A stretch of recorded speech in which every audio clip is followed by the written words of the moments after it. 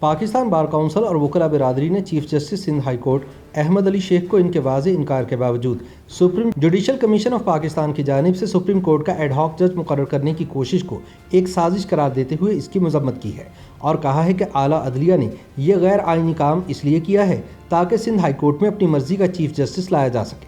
وکلاء برادری کا کہنا ہے کہ یہ مضمون کوشش ناکام ہوگی کیونکہ جسٹس احمد علی شیخ کو ان کی مرضی کے بغیر سپریم کورٹ نہیں بھجوایا جا سکتا۔ چنانچہ جوڈیشل کمیشن کا یہ متنازع اقدام اس تجویز کے محرکین کے لیے شرمندگی کا باعث بنے گا۔ یاد رہے کہ اسٹیبلشمنٹ کی جانب سے سپریم کورٹ آف پاکستان میں اپنی مرضی کے ججز کی تعداد بڑھانے کی خواہش کو پورا کرتے ہوئے جوڈیشل کمیشن آف پاکستان نے 28 جولائی کے روز سندھ ہائی کورٹ کے چیف جسٹس احمد علی شیخ کی بجائے ایک جونیئر جج جسٹس محمد علی مظہر کو سپریم کورٹ کا مستقل جج لگانے کی منظوری دی تھی، جسے وکلاء برادری نے یکسر مسترد کر دیا تھا۔ جسٹس مظہر کی سپریم کورٹ میں تعیناتی کے متنازع اقدام کے بعد 10 اگست کو سپریم کورٹ اسلام آباد میں ہونے والے جوڈیشل کمیشن آف پاکستان کے اجلاس میں chief justice Sindh high court Ahmed Ali Sheikh کی سپریم کورٹ میں ایڈ ہاک بنیاد پر 1 سال کے لیے تعیناتی کی سفارش کی گئی ہے۔ حالانکہ سندھ ہائی کورٹ کے چیف جسٹس ایڈ ہاک تعیناتی سے پہلے ہی انکار کر چکے تھے۔ انہوں نے 5 اگست کے روز جوڈیشل کمیشن کو ایک خط میں اپنی مستقل تعیناتی پر رضامندی کا اظہار کیا تھا۔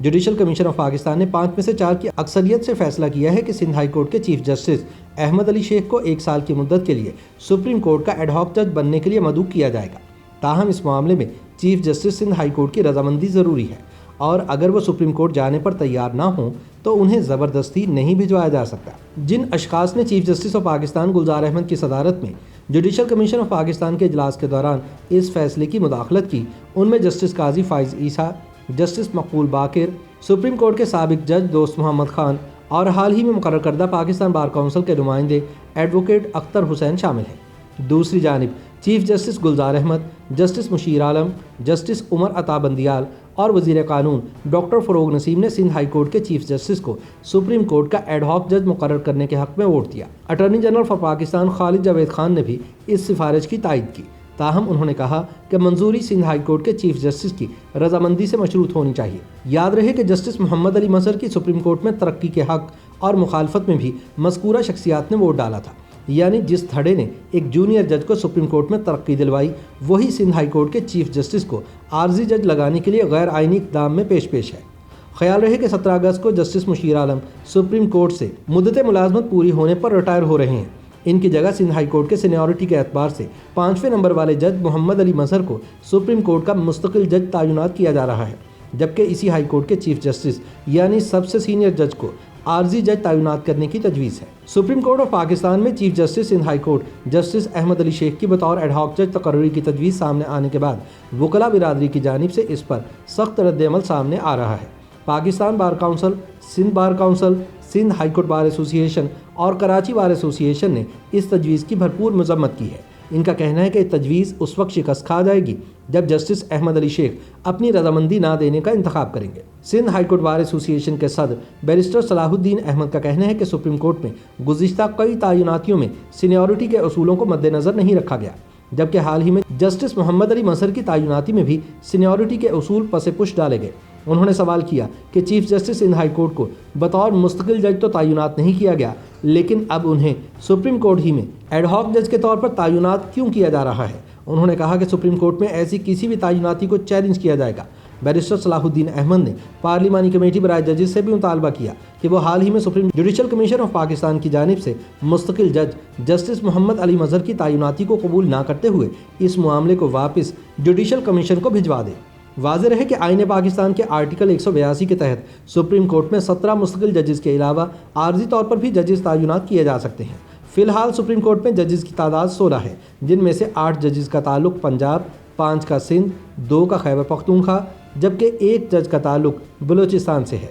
آئین پاکستان کے آرٹیکل 182 کے تحت مقدمات کا بوجھ بڑھ جانے کی صورت میں کورم پورا کرنے کے لیے سپریم کورٹ میں 17 مستقل ججز کے علاوہ صدر مملکت کی اجازت سے عارضی طور پر بھی ججز تعینات کیے جا سکتے ہیں۔ ایڈ ہاک جج کے پاس وہ تمام اختیارات ہوں گے جو سپریم کورٹ کے کسی اور جج کے پاس ہوتے ہیں۔ پاکستان میں ججز کے تقرر کے لیے قائم supreme judicial commission of Pakistan کے 4 سال تک رکن رہنے والے سپریم کورٹ بار ایسوسی ایشن کے سابق صدر یاسین آزاد ایڈوکیٹ کہتے ہیں کہ عمومی طور پر ایڈ ہاک جج